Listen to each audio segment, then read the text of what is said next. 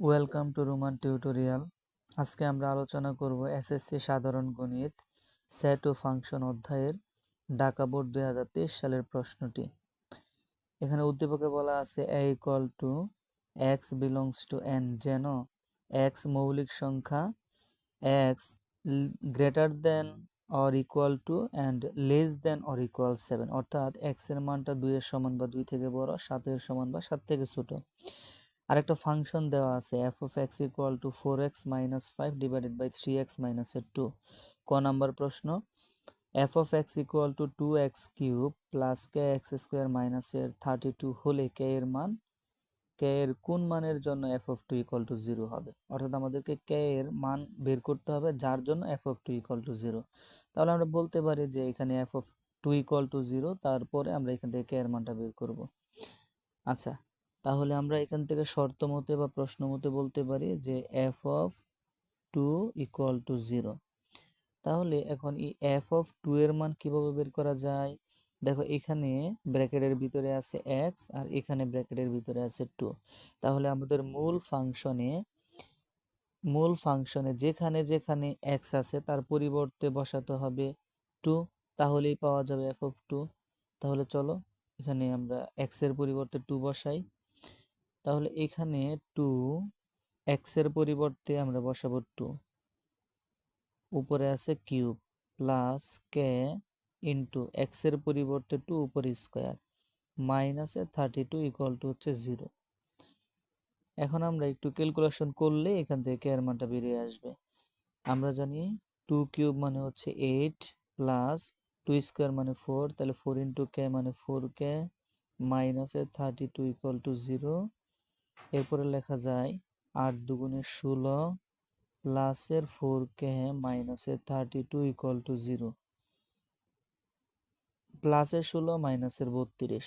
তাহলে এখানে বিয়োগ করলে হয় মাইনাসের 16, 4k মাইনাসের 16 ইকুয়াল টু 0। মাইনাসের 16 ডান পাশে গেলে হবে প্লাসের 16, 4 আছে গুণ অবস্থায়, 4 ওই পাশে গেলে হবে ভাগ, তাহলে 16 ডিভাইডেড বাই 4, 16কে 4 দিয়ে ভাগ করলে হয় 4, অতএব k ইকুয়াল টু 4। তাহলে আমরা বলতে পারি যে এখানে k এর মান 4 হলে f of 2 ইকুয়াল টু 0 হবে।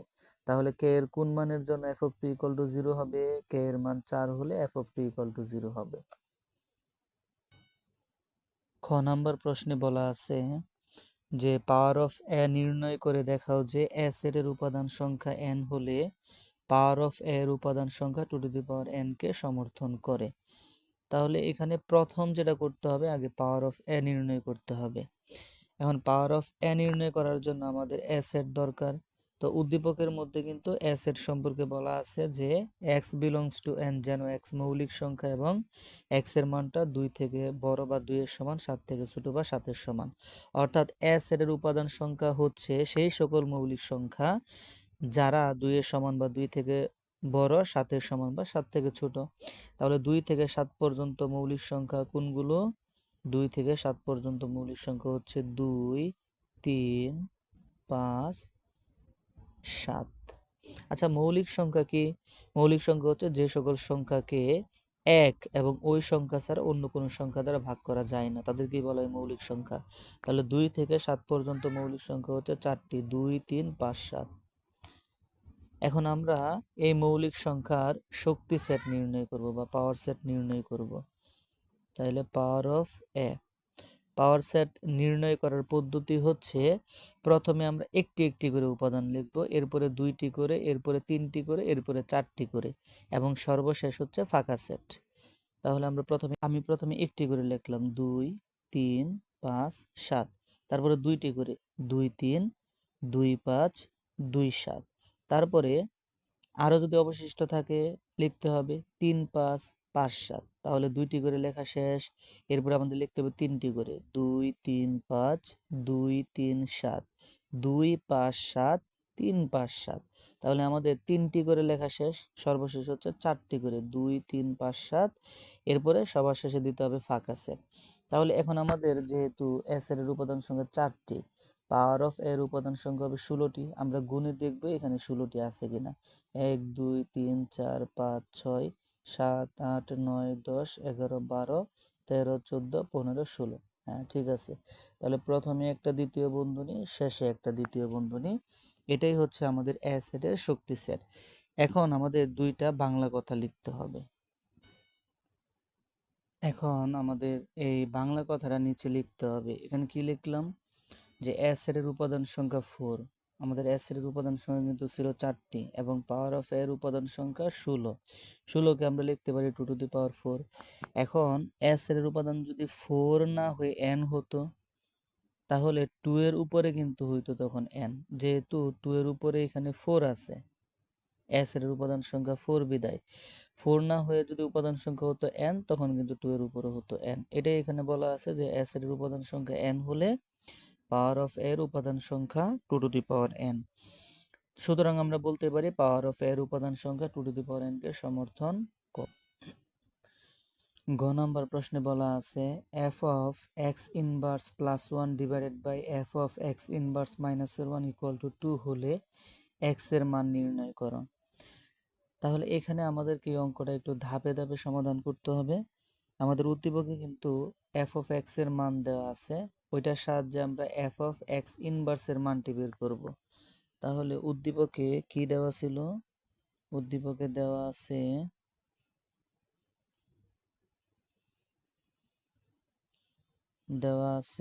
f of x equal to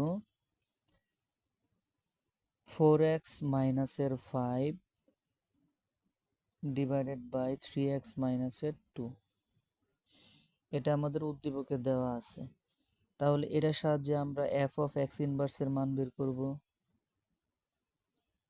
এখানে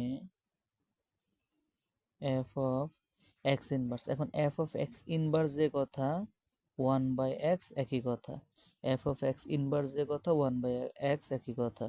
তাহলে এই ফাংশনের যেখানে যেখানে x আছে তার পরিবর্তে আমরা 1 বাই x বসিয়ে দিব। যেখানে যেখানে ফাংশনের x আছে তার পরিবর্তে 1 বাই x বসিয়ে দিব। তাহলে এটারে আমরা একটু সরল করি। এই 4 কিন্তু 1 এর সাথে গুণ, 4 উপরে আছে 1 উপরে আছে, উপরে উপরে গুণ, নিচে নিচে গুণ। তাহলে 4 একে 4, নিচে হয় x মাইনাসের 5। এখানেও সেম, 3 আর একে গুণ, তাহলে 3 একে 3, নিচে x মাইনাসের 2।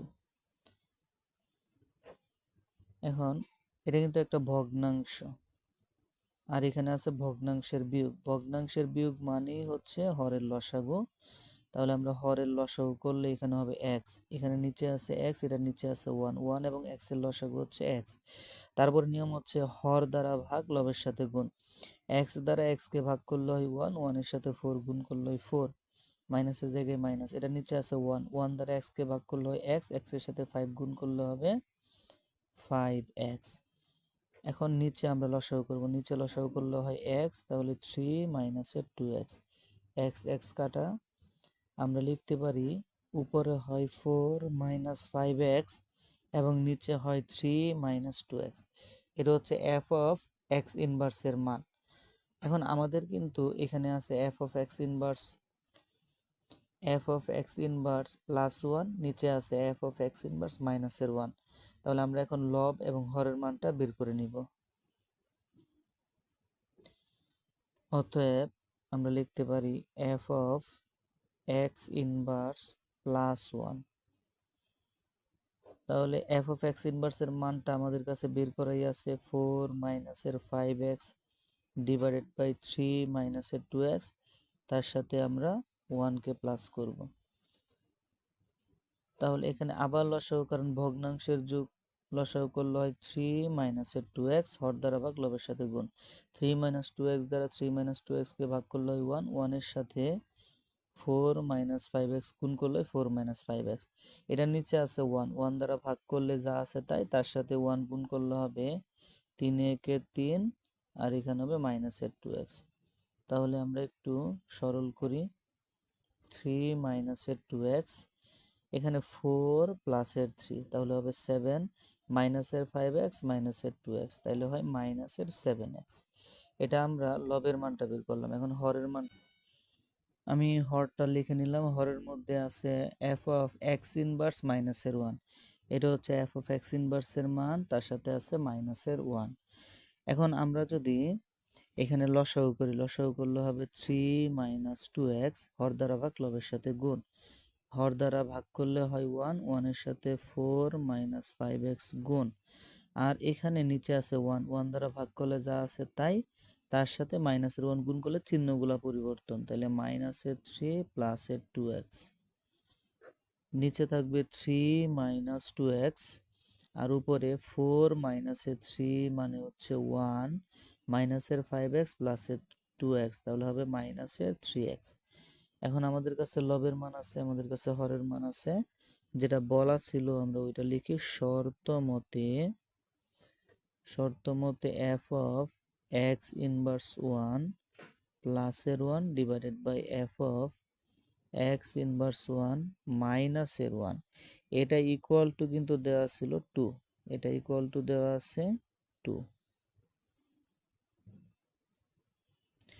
তাহলে আমরা এখানে মান বসিয়ে দেই। এফ অফ এক্স ইনভার্স প্লাসের 1, এটার মান আমরা বের করছি 7 মাইনাস 7x। আর আচ্ছা, এখানে লবের মান F of x inverse plus 1, এটার মান হচ্ছে 7 minus 7x divided by 3 minus 2x, এবং হরের মান অর্থাৎ এফ অফ এক্স ইনভার্স মাইনাসের 1, তার মান এখানে পাওয়া গেছে 1 মাইনাস 3x ডিভাইডেড বাই 3 মাইনাসের 2x, এটা ইকুয়াল টু হচ্ছে 1। এদের নিচেরটা কাটাকাটি, তাহলে এখানে থাকতেছে 7 minus 7x divided by 1 minus 3x equal to 2। তাহলে আমরা এখন আড়াআড়ি গুণ করলে লিখতে পারি 7 মাইনাস 7x ইকুয়াল টু 2 এর সাথে গুণ করলে হবে 2 মাইনাসের 6x। তাহলে 2 কে এই পাশে আনলে হয় মাইনাসের 2, 7x কে ওই পাশে নিলে হয় প্লাসের 7x, ওই পাশে আছে মাইনাসের 6x। 7 থেকে 2 বাদ দিলে 5, 7x থেকে 6x বাদ দিলে হয় x, অতএব x ইকুয়াল টু 5। তাহলে আমরা বলতে পারি x এর মান হচ্ছে 5। এটাই হচ্ছে উত্তর।